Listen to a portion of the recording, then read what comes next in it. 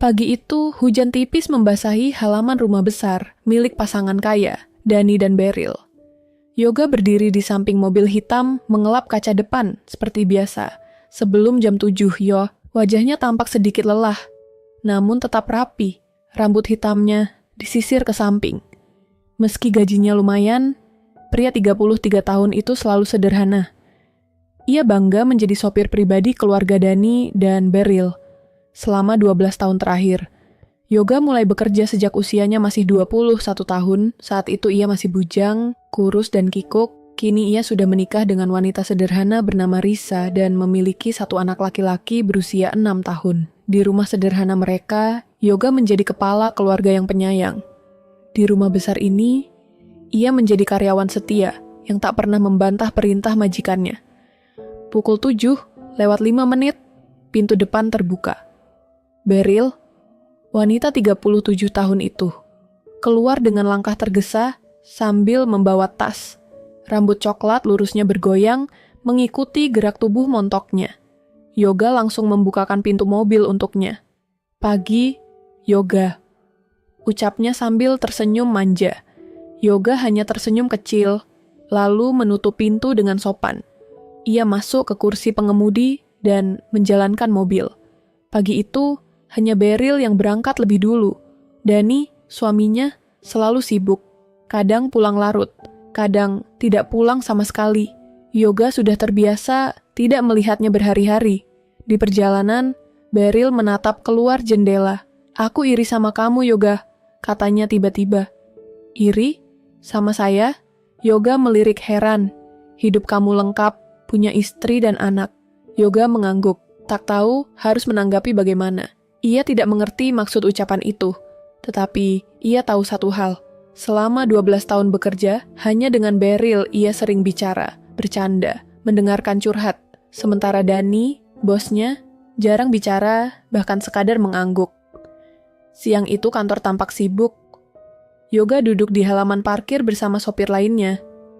Namun ia tidak banyak berbicara.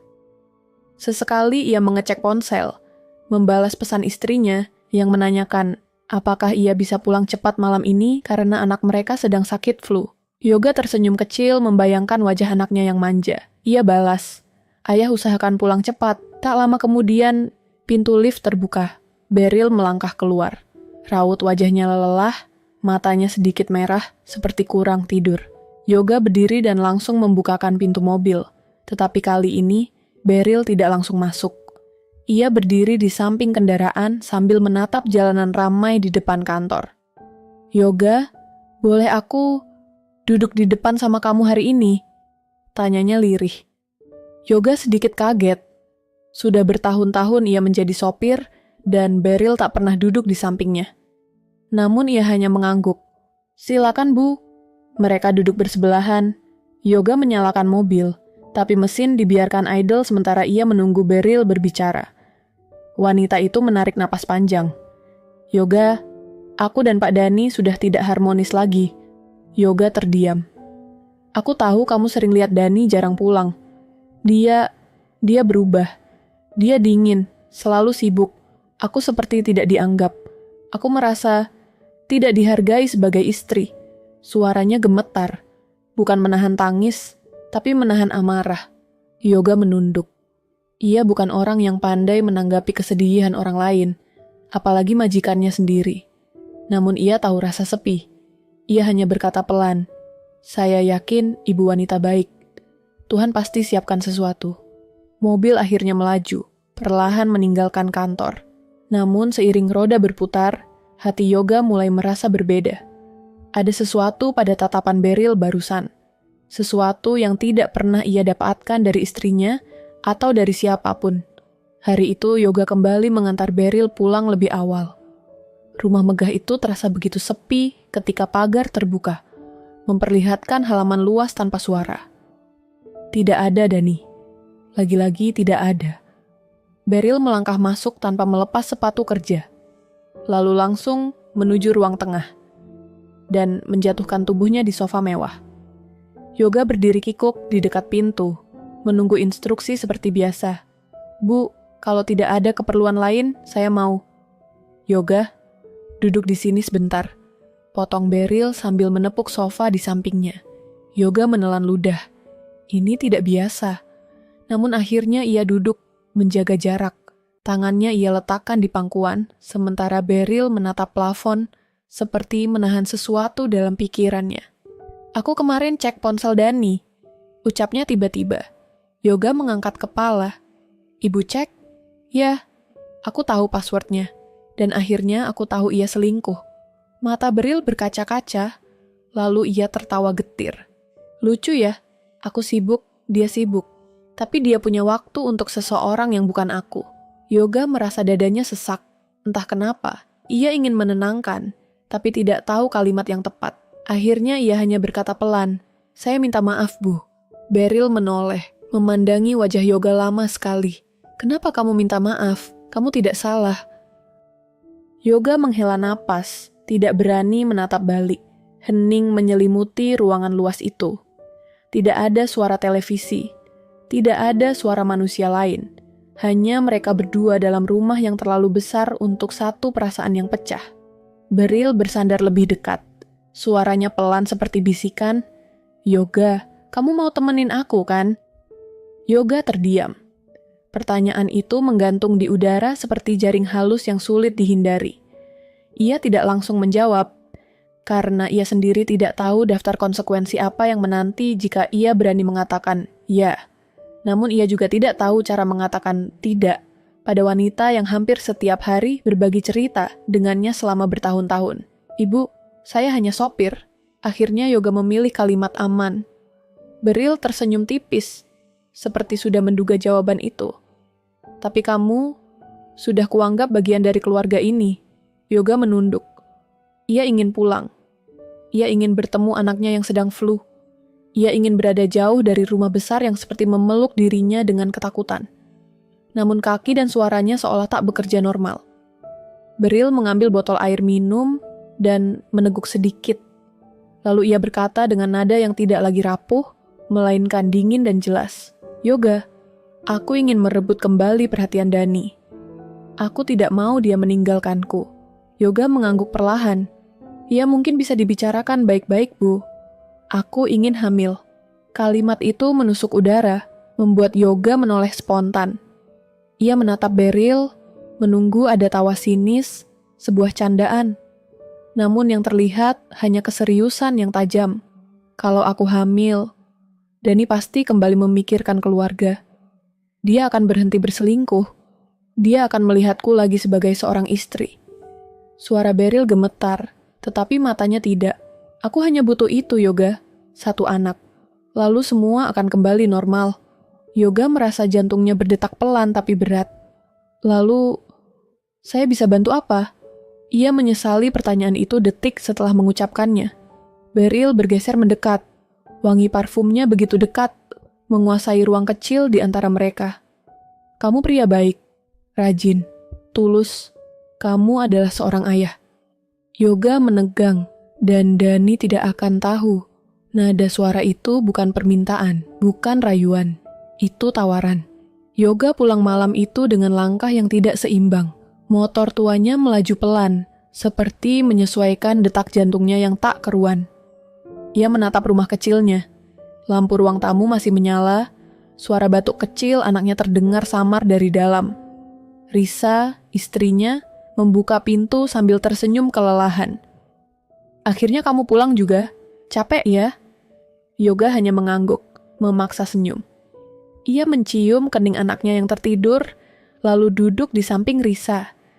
Ia mencoba berbicara seperti biasa, tapi pikirannya melayang kembali pada sofa di rumah Beryl, pada tatapan yang meminta sesuatu tanpa kata. Malam itu, ia tak bisa tidur. Ia berpikir tentang pengabdian, tentang kebaikan, tentang godaan, tentang dosa yang berjalan pelan, tanpa suara, tetapi pasti melangkah ke arahnya. Hari-hari berikutnya, hubungan Yoga dan Beryl penuh keheningan yang aneh. Mereka jarang bicara di mobil, tetapi tatapan mereka seolah berbicara lebih banyak daripada kata-kata. Pada hari ketiga setelah percakapan itu, Beryl tidak langsung masuk kantor. Ia duduk lebih lama di dalam mobil. "Yoga, katanya pelan, tanpa menoleh. Kamu paham maksudku waktu itu kan? Yoga memegang setir lebih erat. Saya takut salah paham, Bu. Beryl menatapnya. Senyumnya bukan senyum manja seperti dulu, melainkan senyum seseorang yang sudah memutuskan sesuatu. Kalau kamu takut, berarti kamu sadar ini salah. Tapi kalau kamu tidak melakukannya, kamu akan membiarkan aku hidup dalam kesedihan selamanya. Yoga menutup mata sejenak. Kalimat itu bukan rayuan. Itu ancaman perasaan. Siang itu, sepulang kantor, mereka langsung pulang. Beryl meminta Yoga mengantarnya ke rumah. Dan begitu pintu rumah terkunci, kata-kata tak lagi menjadi alat komunikasi. Sentuhan, pelukan, dan tatapan yang rapuh mengikat mereka dalam kesalahan yang berulang. Hari-hari selanjutnya, rumah besar yang biasanya dingin menjadi saksi bisu perselingkuhan dua manusia yang merasa sedang saling menolong. Yoga mulai pulang lebih malam. Risa mulai curiga, tapi ia percaya suaminya. Yoga membawa pulang uang lebih banyak dan hadiah kecil untuk mengalihkan pertanyaan. Dan setiap malam, rasa bersalah itu tidak menghilang. Justru bertambah, sebanding dengan kenikmatan terlarang yang tumbuh di rumah sepi itu. Waktu berjalan cepat. 3 bulan berlalu sejak hubungan gelap itu dimulai. Semua terasa seperti mimpi buruk yang Yoga jalani tanpa mampu bangun. Ia tetap bekerja seperti biasa, tetap mendengar keluhan Beryl, tetap pulang ke rumah kecilnya, tetap mencium kening istrinya yang mulai kembali curiga pada jam kerjanya yang berubah. Suatu pagi, saat Yoga menunggu di depan rumah, pintu terbuka dengan tergesa. Beryl keluar dengan wajah berbeda, pucat, namun bibirnya tersenyum kecil. Ia tidak langsung masuk mobil. Ia berdiri di depan Yoga, lalu berkata, pelan, "Yoga, aku hamil." Yoga membeku. Suara burung, deru angin pagi, semuanya seolah berhenti. Ia hanya menatap Beryl tanpa kedip, seperti mencoba memastikan bahwa kalimat itu bukan halusinasi. "Hamil?" Suaranya tercekat. Beryl mengangguk kecil. "Aku sudah cek 2 kali, aku pasti hamil." Yoga mundur 1 langkah, dadanya berdebar keras.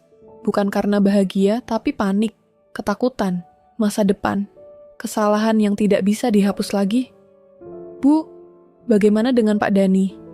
Beryl tersenyum tipis, namun matanya dingin.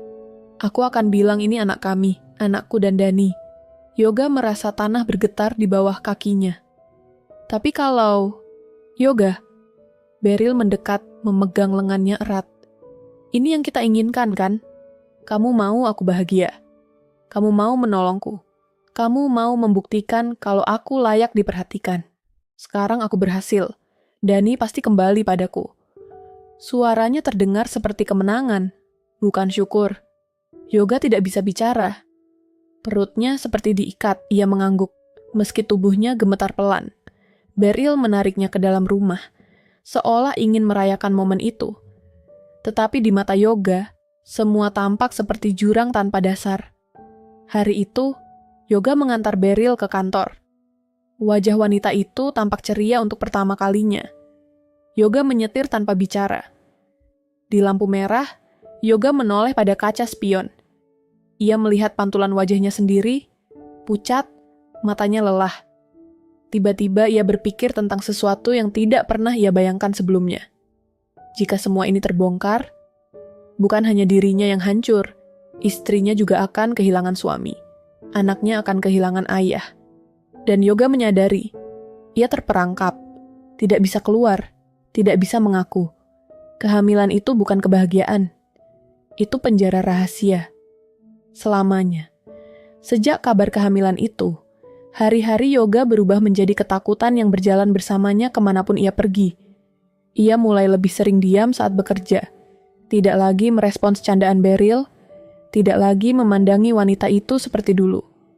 Jika sebelumnya ia merasa bersalah, kini ia merasa terperangkap oleh alasannya sendiri. Rasa kasihan. Beryl justru bersikap sebaliknya.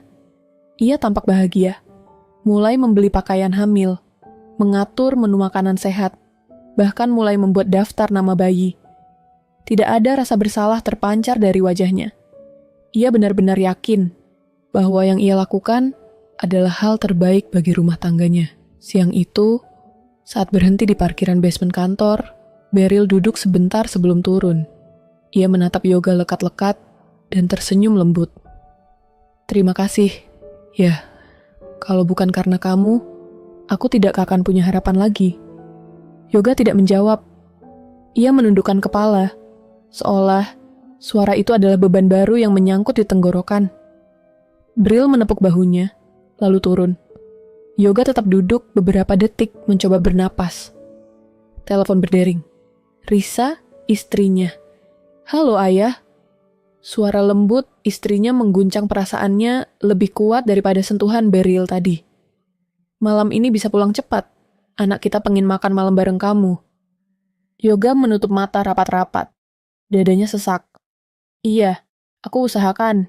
Jawabnya pelan. Ketika ia pulang malam itu, anaknya berlari kecil menghampirinya. Risa tersenyum.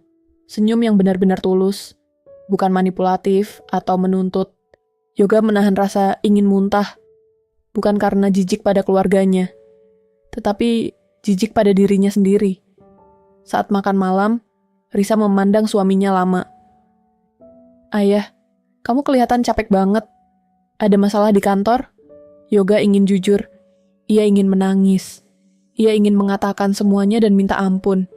Namun ia hanya berkata, tidak apa-apa, aku cuma banyak pikiran. Risa menyentuh tangannya. Kalau kamu capek, jangan dipendam. Ngomong sama aku ya. Yoga hampir hancur mendengar itu. Namun justru karena kebaikan, itulah ia tidak bisa bicara. Karena jika ia jujur, ia akan kehilangan segalanya. 3 minggu setelah kabar kehamilan itu, sesuatu yang ganjil mulai mengusik pikiran Yoga.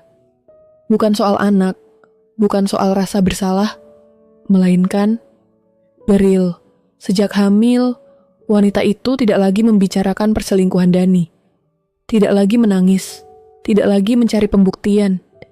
Ia justru sibuk mengatur isi rumah, meminta renovasi kamar bayi, dan menelepon dokter kandungan untuk jadwal kontrol.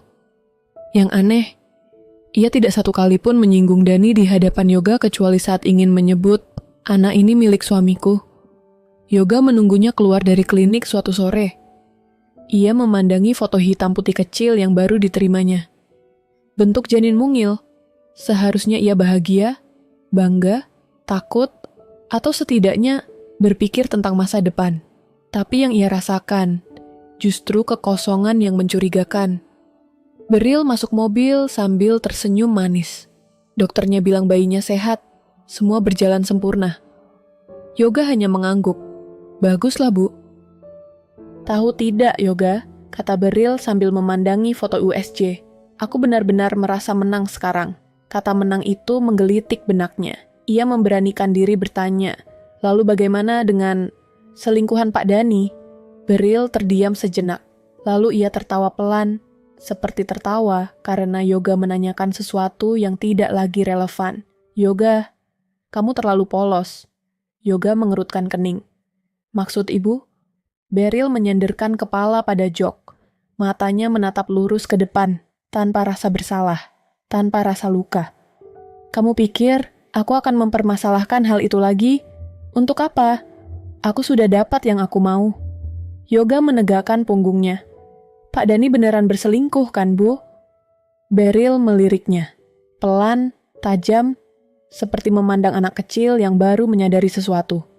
Yoga, apa aku ada ngasih kamu bukti Pak Dani selingkuh? Yoga membeku. Nah, itu dia. Lanjut Beryl sambil menepuk lututnya. Kamu langsung percaya kan? Padahal, buktinya nggak ada. Dunia Yoga seakan retak. Tidak ada bukti perselingkuhan.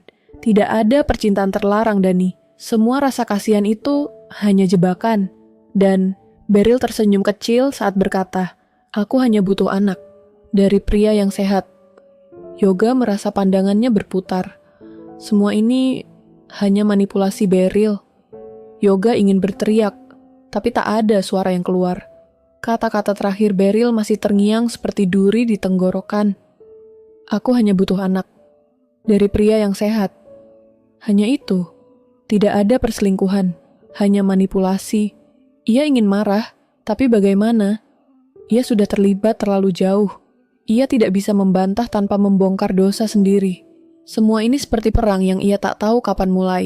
Tapi jelas ia sudah kalah sebelum bertarung. Dalam perjalanan pulang, Beryl menyuruhnya mampir ke supermarket. Ia membeli susu hamil, cemilan sehat, dan beberapa kebutuhan lain, sambil sibuk menelepon Dani.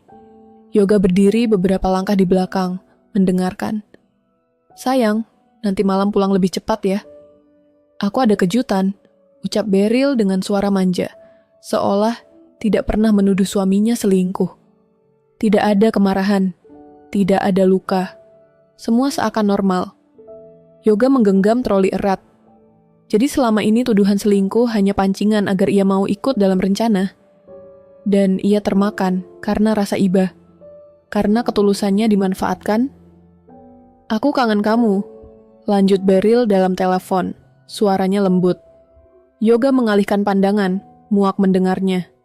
Ia merasa seperti peliharaan yang baru, sadar telah dipakai, bukan dipedulikan. Ia hanya alat untuk memuluskan pernikahan orang lain. Saat mereka tiba di rumah Beryl, wanita itu menenteng belanjaannya sambil berkata ringan, "Mulai besok, kamu tak perlu merasa bertanggung jawab. Anak ini milik suamiku, dan kamu hanya perlu tetap diam. Itu saja." Yoga menahan napas. "Bu, saya punya istri, punya anak. Kalau..." Beryl menatapnya dingin mantap. "Justru karena kamu mau melindungi keluargamu, kamu tidak akan bicara apapun. Kamu tahu itu." Kalimat itu menghantamnya lebih keras dari tamparan. Ia ingin melawan, tetapi ia tahu benar. Jika membuka mulut, seluruh hidupnya runtuh, istri, anak, pekerjaannya, harga dirinya. Semuanya akan hancur. Ia pulang malam itu dengan tangan gemetar di setir. Risa menyambut dengan senyuman, seperti biasa. Anak mereka tertawa kecil, memanggil-manggil ayahnya minta digendong. Yoga menggendongnya. Dan di saat itulah ia sadar, ia tidak berani kehilangan semua ini. Ketakutan adalah penjara. Dan Beryl memegang kuncinya. Yoga mulai menjalani hari-hari berikutnya seperti orang tanpa jiwa. Ia tetap mengantar Beryl ke kantor, tetap membukakan pintu mobil, tetap mengucapkan selamat pagi.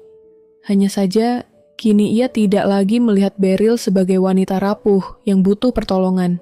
Ia melihatnya sebagai seseorang yang memegang kendali atas hidupnya, seolah tali tak terlihat terikat pada lehernya.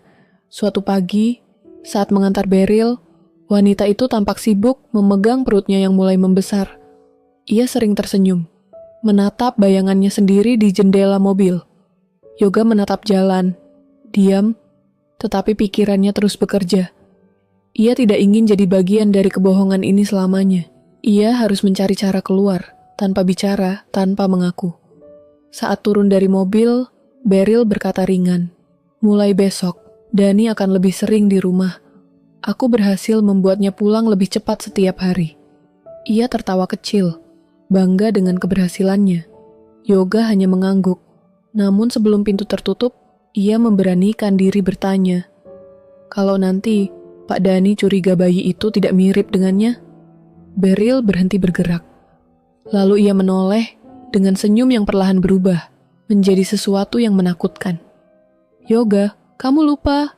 Kamu pria biasa. Tidak ada yang akan membandingkan anakku dengan sopirnya." Ia menepuk pintu dan masuk. Tinggalkan Yoga dengan wajah menegang. Hari itu, Yoga pulang lebih awal. Izin karena anaknya demam. Di rumah, ia membantu Risa mengompres anak mereka, memasak sup hangat, mengusap rambut kecil yang basah karena keringat. Risa terlihat bahagia, dan hal itu terasa seperti pukulan pelan di dada Yoga. Saat malam tiba, setelah anak mereka tertidur, Risa duduk di samping suaminya, memegang tangannya. "Aku senang kamu ada," katanya lirih. Yoga menunduk. Untuk pertama kalinya, ia ingin jujur. Ia ingin meminta maaf. Ia ingin menangis hingga seluruh rahasia larut. Namun saat ia membuka mulut, suara itu tidak kunjung keluar. Yang keluar hanya bisikan, "Aku juga senang bisa ada buat kamu." Risa tersenyum lembut dan memeluknya. Yoga memejamkan mata. Ia tahu hidupnya tidak akan pernah sama. Ia tahu dosanya tidak akan pernah bisa diceritakan. Tidak perlu dibongkar. Tidak perlu ditebus. Ia hanya harus menjalani. Hidup bersama rahasia yang tidak akan pernah ia akui. Bahkan sampai ke liang lahat nanti. Cerita ini pun selesai. Pagi itu, hujan tipis membasahi halaman rumah besar.